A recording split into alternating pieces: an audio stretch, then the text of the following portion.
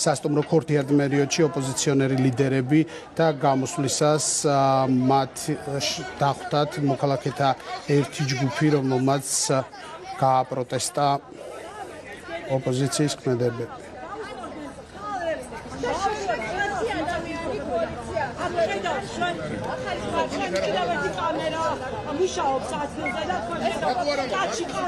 Ცხენიათ, ამიტომ ვერ გავიგე.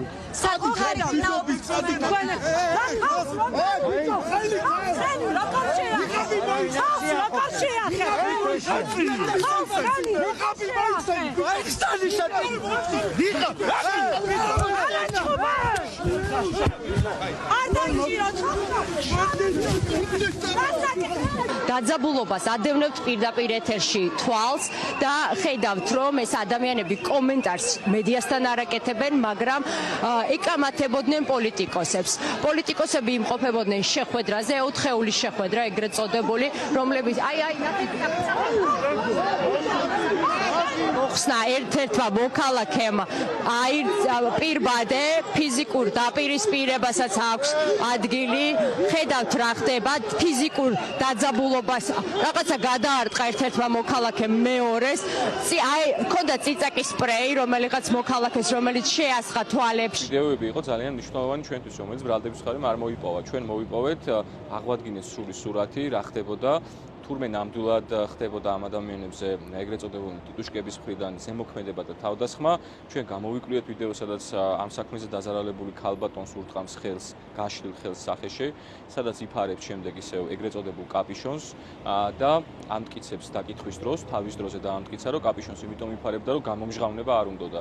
თუ მას არ სურდა გამომჟღავნება, არც საბას და არც იმყოფ ადამიანებს არ ეცოდინებოდათ, რომ ის იყო პოლიციელი და თუ ეცოდინებოდათ, ეს გამორიცხული იქნებოდა იმ მტკიცებულებებით, რომელიც ბრალდებამ და დაცვამ წარმოადგენდა. მოკლედ შეუძლებელია, რომ ობიექტურად მოაზროვნე ადამიანს ცოდნოდა ეგრეთ წოდებული მოძალადე ჯგუფები სინამდვილეში პოლიციელები რომ აღმოჩნდებოდნენ. ვინაიდან ჩვენ ასევე გამოვიკვლიეთ TV-იმედის პირდაპირ ეთერი, სადაც ჟურნალისტი ამბობს, რომ ერთი მოქალაქეთა ჯგუფი დაუპირისპირდა ოპოზიციას. ანუ ეს ხო წინასწარ დადგმული პროვოკაცია, მათ შორის პროპაგანდისტული ტელევიზიიდან, რაც დადასტურდა ეს და იქ მყოფი მოქალაქეებიც ამბობდნენ, რომ ვინ ხართ ამ შეკითხვებს სვამდნენ და ეს ადამიანები არ პასუხობენ, რომ არიან პოლიციელები. პარტიებიდან გამომდინარე და პოლიტიკური ვითარებიდან გამომდინარე პირადი ინტერესები და არც ის არ არის ნერვიულებთ, რომ ეს შეფუთული აქვთ, არა აქვთ შეფუთული, მოაწესრიგებენ ამას. ანუ თვალში ნაცარს გვაყრიან ერთი სიტყვით და უნდათ რომ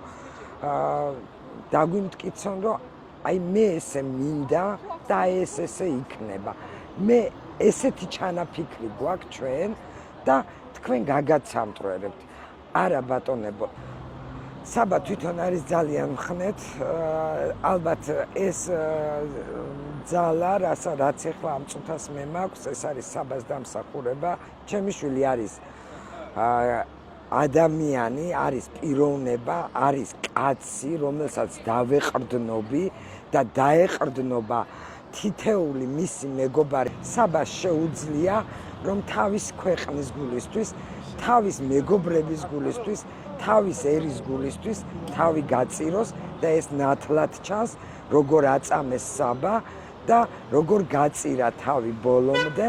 განშორება მე არასდროს არ მქონია საბასთან და ამხელა განშორება გვაქვს ერთმანეთისგან, მაგრამ მე ვიცი, რომ ჩემი შვილი მართალია, აუცილებლად გავიმარჯვებთ, აუცილებლად მივიტანთ ამ საქმეს ბოლომდე და ჩემი შვილის და ჩემი მომავალი თაობის გვერდით ვიდგები ყოველთვის.